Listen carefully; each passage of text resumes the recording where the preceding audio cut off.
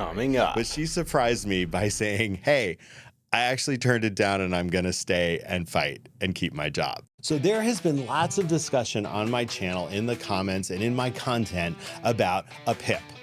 Now, before you go to the comments to say, Rob, what is a PIP? I will define it for you. A PIP is a performance improvement plan. And if you have not encountered one or don't know what it is, that's not a bad thing. That means you're actually a high-performing employee and in no need of performance management. But a PIP is a performance improvement plan. And what it's designed to is to take a poor-performing employee and give them a roadmap to positive performance again. Yet, being the realist that I am, and I know you all know what it is, if you've encountered a PIP, it's pretty much the kiss of death. It's the last step in being performance managed out of the organization, out of a job, straight to the unemployment line. That's typically what happens. So imagine my surprise. I've done a few videos, and I'll link them here, about this viewer of mine, hi Mindy, who has kind of brought me along on her journey about getting a PIP. And I'll recap those in a minute to bring you up to speed, but I'd love for you to check them out as well. But imagine my surprise when I saw, Rob, it's me again. I have an update. And I was like, oh, I hope Mindy got a new job. Well, she did.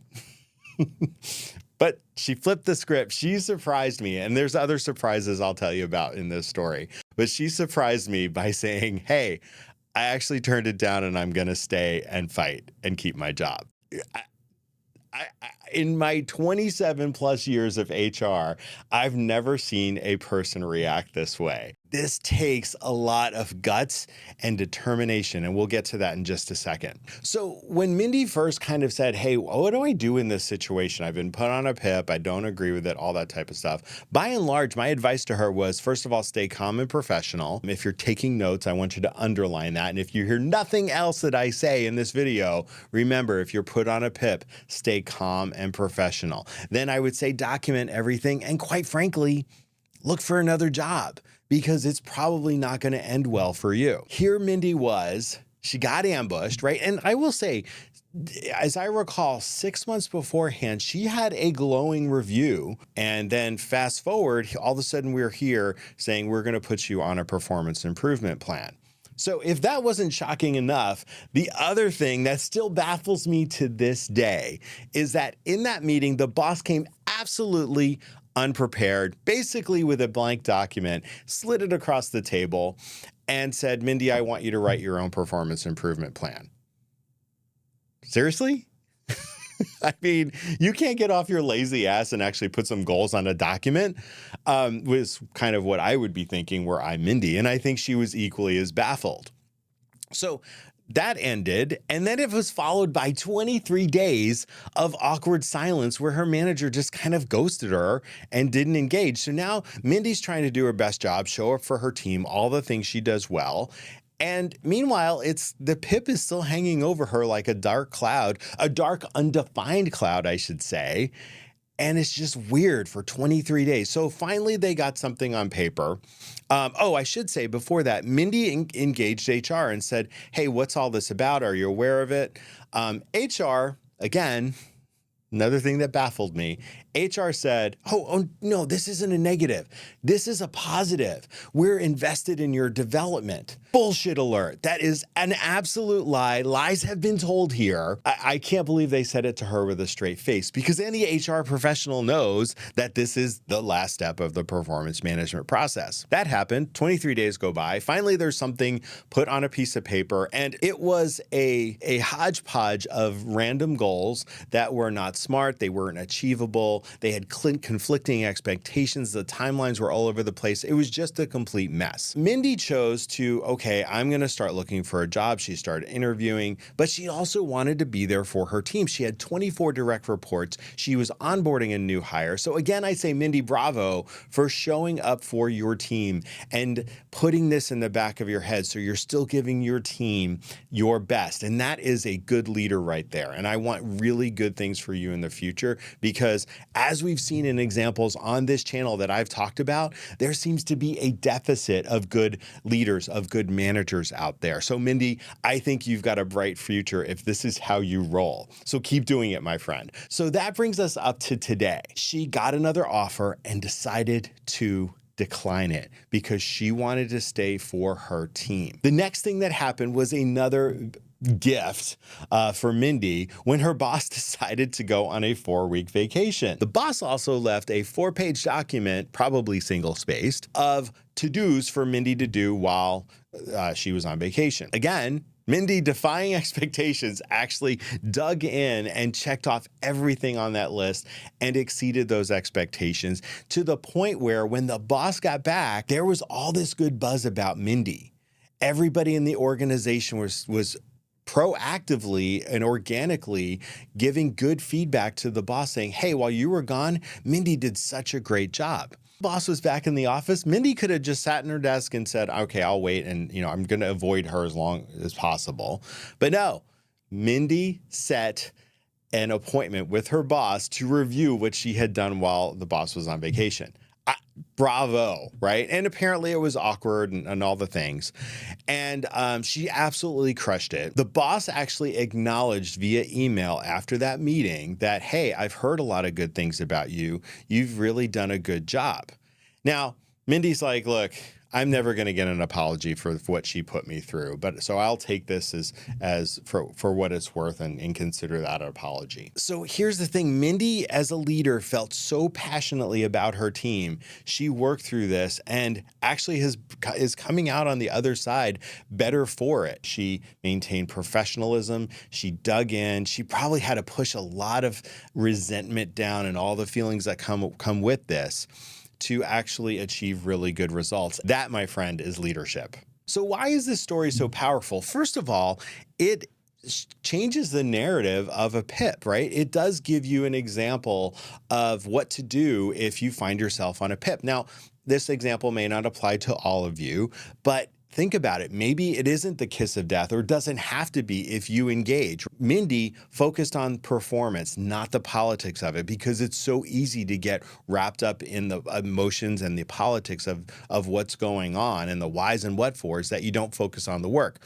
Mindy chose to focus on the work. She also didn't let her boss's absence be an excuse to just slack. She dug in and probably put in some long days to get through all of that stuff on her boss's to-do list, and still kept her team, was there for her team and kept her team engaged and all the things that comes with being a good leader. And then lastly, I would say she also understood her why. And her why is her team. She wasn't just in survival mode for her own career. She loves her team. And I'm sure she is a passionate leader. And her why was, I want to be there for my team. I love my team. I want to develop them. I want to be a good leader for them. And that's what I'm going to do. And as a result, she got a lot of credibility back. So here's a few things of what to do when you're put on a PIP. And I was just conversing with a guy named Matthew, from a viewer from my channel. Hi, Matthew, if you're watching. And I know he just got put on a PIP and he's kind of still wrapping his brain around what to do. So here are a few things. And this is one of the questions that Matthew asked me was, hey, do I sign it? Do I put on there, I don't agree with this, so I'm just acknowledging receipt of the PIP? Or do I not sign it? Whether you sign it or don't really doesn't make a difference. It's still going in your file. And if I was the HR person in that equation and an employee said, I'm not signing that, okay, fine. I'm going to write down on here, employee refused to sign, and date it and sign it. I will say, if you put in there, I'm acknowledging receipt of this, but I'm not agreeing with it, it could antagonize the situation. My advice to you is try not to make the situation more volatile. Ask questions, right? Because that's the next thing. Ask clarifying questions, right? You want to make sure you read this. And it's okay if you just, in the moment, read over it and say, hey, can I come back after I've digested this and ask any questions? Most times the answer is going to be yes, and it should be yes, right? Your boss, your manager should be actually partnering with you in this, right? Providing support and guidance throughout the whole PIP. I will tell you, if you have a bad manager, they are just going to give you the PIP and basically the clock starts running until your exit from the organization, and they're not there to support you. And those are bad managers. Make sure that they are SMART goals, specific, measurable, achievable, relevant and time bound to your role. So ask those clarifying questions. Document everything. You've got to be your own cheerleader here. You've got to, document all the wins, document that you met all the timelines and met all your deliverables. You've got to do that. Nobody's going to do that for you. So document, document, document. This is a super hard thing. And this is what Mindy did great. She kept performing. She's like, I'm going to double down. I don't agree with any of this, but I'm going to rise above and actually focus on what I can control. And what I can control here is my performance and how I am showing up every day. And again, Mindy wanted to show up every day as a good leader for her team. And then, the advice I gave Mindy in the beginning is you've got to start quietly preparing for your next move. That includes your resume, LinkedIn, or whatever else you need to do. Networking is another good one, right? That could give you a bit of a head start on perhaps sometimes the inevitable, hey, thanks for trying on this PIP, but you're not successful, so today's your last day. That could be coming at the end of the PIP. Or here's some bonus content. Sometimes if you get a 90-day PIP and you're at day 60 and they don't think you're performing, they can pull the trigger earlier. They can say, okay, you've done nothing. It's 60 days. We're going to cut our losses here and part ways. That can actually happen. And then again, I'm going to double down on it one more time. Stay professional. It will only work to your detriment if you behave insubordinately, if you behave emotionally, or if you are aggressive in any way. Just push it down, ask the questions, and keep it professional. Even if it means that you're now going to be a little bit more cold or distant, all that makes sense. Just don't behave unprofessionally in this equation. So I've said this before in some of my other videos that PIPs are meant to get people back to positive performance. And here's an example of it where somebody actually dug in and got off the PIP successfully.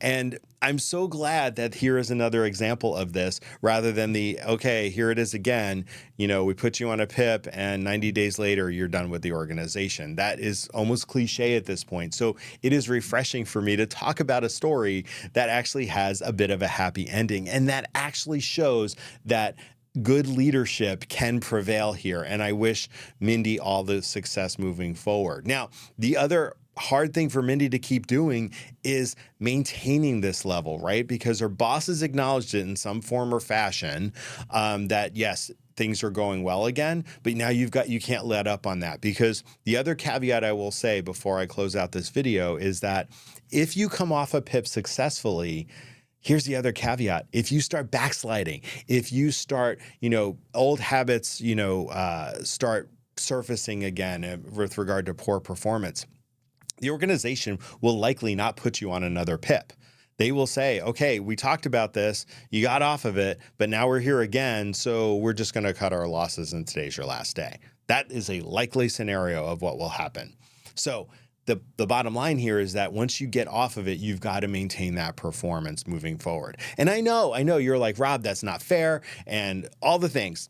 I agree with you. I'm just telling you how it is. And I hope that by hearing Mindy's story, and maybe you could learn from it, and if you do find yourself on the receiving end of a performance improvement plan, there's a bit of a different way to kind of react to it. Now, what I would say is do everything Mindy did, and that includes have a job search out here, be interviewing for jobs. And I will tell you, this is the exhausting part, because you're now having to spin up a job and show up positively to a prospective employer. And that's hard to do when you've got this dark cloud hanging over a view of a PIP. So again, bravo, Mindy, for rising above that. And to anybody watching this, it can be done. You've just got to have the really good mindset about it. And again, Mindy knew her why. It was her team. She wanted to stay back there, so she rose above it. And that probably helped her show up well for this other opportunity. What do you think of Mindy's story? Let me know in the comments. And let me know if I see almost every day people are like, oh, I just got put on a PIP. Some people think it's a function of employers are trying to not pay unemployment benefits, or this is a way they don't have to do layoffs. And all that could be true. But still, if you're put on a PIP, try and pay attention to the tips we just talked about, hang in there, and really try to get your head in a good space. So if you are at a job and you're not dealing with a PIP and everything's going great, I wish you continued success. If you are on a job hunt right now, it is tough out there, but try and dig in and put a process in place to kind of keep your mental health well and still look for those opportunities. And hopefully that job search process for you will be very short. And one more thing, if you like this type of content, I would be absolutely honored if you would like this video and subscribe to my channel. And until next time, my name is Rob, and I hope you're well and take care.